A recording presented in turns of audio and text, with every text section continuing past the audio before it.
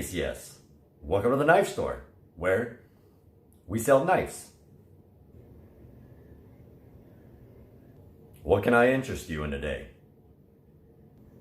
Well, I'm really looking for a budget brand that's kind of pushing the envelope right now. Do you like Game of Thrones? Yeah. Season 1 through 7. Kind of an odd question. Do I have the knife for you then? The Civivi Wyvern. The what? Civivi Wyvern. Saying huh? Civivi Wyvern. Oh, the Civivi Wyvern. Civivi. Yeah, that's exactly what I said. Civivi. What does this have to do with Game of Thrones? Well, Civivi Knives did these dragon-inspired scales.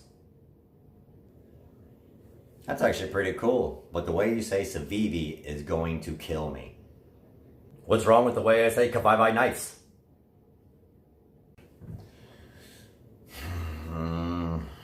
I'm pretty sure I'm having a brain aneurysm.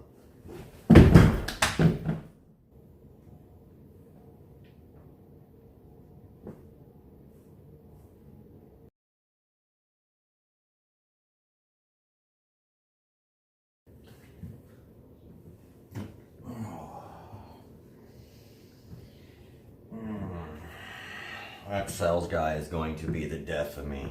Give me this knife.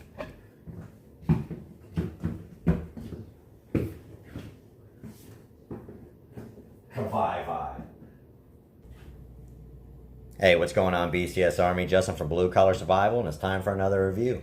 Before I get started, first off, I'd like to give a big thank you to David and everybody over at the Apex Pass Around group who loaned me this knife, and they loan out to many other channels. They are a great help to our channel, so thank you guys for giving me the chance to check out this knife and many other knives that I may not have been able to.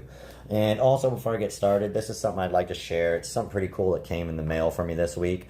This is a certificate of appreciation from the Susan G. Komen Foundation. It's from the president and CEO.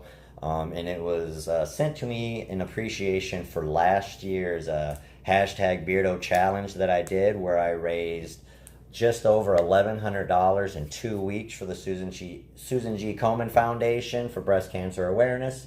So I was pretty stoked about that. I mean, I literally had to lose my luscious beard, but you know what? It was worth it for the donations, and it just goes to show once again what a great community this knife community is. People willing to give their hard-earned money for donations and stuff like that. So I thank everybody, you know, all the Facebook groups. EDC Gear and Pocket Knife was huge for me on that. They did a lot of raffles for me, and I really appreciate it. So everybody that donated and raffled off their gear and donated their hard-earned money, thank you, thank you, thank you. This appreciation just isn't to me for shaving my beard. This is to all you guys, because you guys are the driving force behind this. So thank you. All right, let's go ahead and get into this. So today we'll be doing the Civivi Wyvern. Don't eat package. Got your basic Civivi, whatchamacallit? Hey, that's a lie. Oh, this is just the wrong box. I'm like, that's a lie. G10 overlay. Your basic case from Civivi with your cleaning cloth and instructions and yada, yada, yada. Nice little pouches. I use mine for other things. They're good for vapes. All right. So pretty slick little design. I really like the what they were going for with this. Like quite a bit about this knife, and there's a few things I didn't like. I'm going to get some size comparisons out. While I do that, I will go ahead and throw up the specs. Okay, yep. All right, so first one, we'll go ahead and go with another Civivi. The Civivi Backlash, right around the same size, a little heftier knife. This is the cheaper of the two, and we will talk about that here in a little bit. All right, we got Mannix 2. Love that knife. And a Benchmade bug out. And let's not forget a Bic lighter. So it's 9 inches overall, and it's a really light knife for 9 inches. 2.99 ounces. So really light, runs on bearings, so the action on it is just great. And I'm going to go ahead and throw up the BCS scoring, and then we'll just go over that, and that'll be the review. Why not? So as you see, it did fairly well. It's got a 27 overall with an average of 3 out of 4 stars. So it's a knife that I would definitely thumbs up. Good, I mean, if it is your style. So we'll go over the blade quick. Really nicely done fuller. I do like it. It doesn't really serve much purpose, maybe just aesthetics and some weight reduction, but it is very well done and milled out. You got a satin finish fingerprint covered blade here, and here we'll use the cloth that they gave. Satin finish, hollow grind, very thin blade. I think it's just under 3 millimeters. And also behind the edge, I measured it at 0.012 inches, so very thin behind the edge. So I do like that. It is a very slicey blade, you know, and that's something people loosely use in the review community, which I used to until I started talking to some of the steel guys. You got your Civivi pivot. I'm going to call this an oversized sharpening choil, because I'm sorry, but I'm not using that as a finger choil. As you can see, my finger is actually resting on the blade, and I do not have big fingers. So I would like to see Civivi quit doing that, because I would rather have that whole blade, and I do end up getting cardboard caught in there. The blade is 3.5 inches. You got a cutting edge of about 3 1/16 inch, basically. So takes away, you got a 4.5 inch handle. Also, for the ease of sharpening, it is a D2, but it's pretty straightforward for the for sharpening. There's no recurves or nothing like that, so I gave that a 2.5. Fit and finish, I kind of hit him a little bit for this. So this is a little more expensive than this. This one's at $49. I believe this one's around $42. I know the steel on this is lesser than this. This is your 9CR13.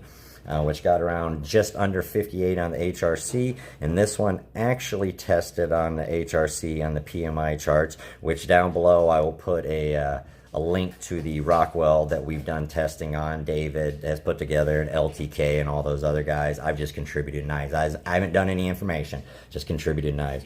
But this actually was on a 59 HRC, so really pretty decent for D2. It's right in the range that it's supposed to be. But like I said, for fit and finish, here's what kind of got me. So you got a $50 knife versus a $42 knife.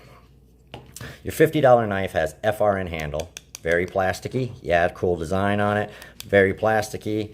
The back spacer, you can actually see the seam in it, which I do not like. I would rather not be able to see that. Versus solid G10, love them or hate them, colored liners in your back spacer here. The one thing that really got me too is the pivot. I mean, I think that pivot honestly looks kind of cheap. I really like the pivot that they did on the backlash. I wish they would have I wish they would have gone with something more like this. To this, it just looks kind of plasticky and cheap, so I'm not a real huge fan of the pivot on that. Also on the fit and finish, there's a little sharpness on this on the flipper here, which actually affects in hand as well, because when really going at cutting and your hand slides up here, this actually bites into your finger and it does hurt. So if it was my knife, I would probably take it to the grinder. Like I said, FRN handles, you got a little lanyard spot back here. Titanium pocket clip. It kind of carries a little weird. I knocked it a little bit for carry because it wants to carry off to an angle. I don't know what it is, but when I'm wearing the pants and I got it in my pocket, it just it wants to rotate like this, so it feels kind of weird in pocket. So I kind of knocked it a little bit on that. I don't know if it's just the narrow pocket clip with this rounded handle here or what, but overall I really do like the design. I love the weight of it, especially with the size, a 9-inch, you know, a 3.5 inch blade, 9-inch overall at just under 3 ounces. Extremely light. The action, like I said, is great. It is on stainless steel bearings. Spidey flip it, no problem. Oh, thumb when I struggle. There we go. And of course the flipper. And you can either light switch it or push button. Either way works fine. In the hardware, all on one side, also only one side pocket clip. Another knock on it on the overall design. Wasn't a huge fan of just one side pocket clip. It's nice to have options. Sorry lefties, you guys always kind of get bit. The internals are great. It's got, let's see if we can get in here with this. It's got skeletonized stainless steel liners. There we go. You can see them in there. Nice skeletonized, so they definitely removed a lot of material without destroying any integrity. The knife can't really squeeze it, so there's no issue with that. Workability, like I said, this down here kind of gets to me because when I really get going, and also in hand that bugs me is this is kind of a hot spot up here. Because naturally, if I had my finger back here, I would naturally want my hand further back on the knife. But when I'm all the way up on it, my natural spot is right here on this point, so I don't like that. I have to come up over top of it. So to me, I could do without that point right there. I appreciate the finger ramp, but then that's just not something I'm really keen on. Price-wise, you know, for $50, decent budget knife. It's definitely unique with these scales. FRN, always kind of plasticky, but still you're getting a very unique scale. This also comes in black as well. So it's a pretty decent knife overall. I mean, it is a budget knife. Civivi's really been pushing the envelope on this, and they've been doing a good job. Wee's doing an amazing job with their budget brand. They have been bringing a lot of the fit and finish over. Few misses on this one, unfortunately, but, you know, you can't win them all. Overall, it tested very well. Very thin. This is going to be a nice slicey knife. Definitely going to be good for cutting cardboard and stuff once you kind of get past the fact of that. Stay up on the blade.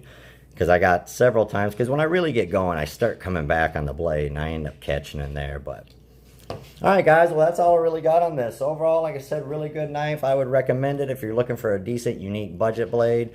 Civivi's pushing the envelope, so let's hope they keep doing it. Alright everybody, it's Justin from Blue Collar Survival. You guys stay safe.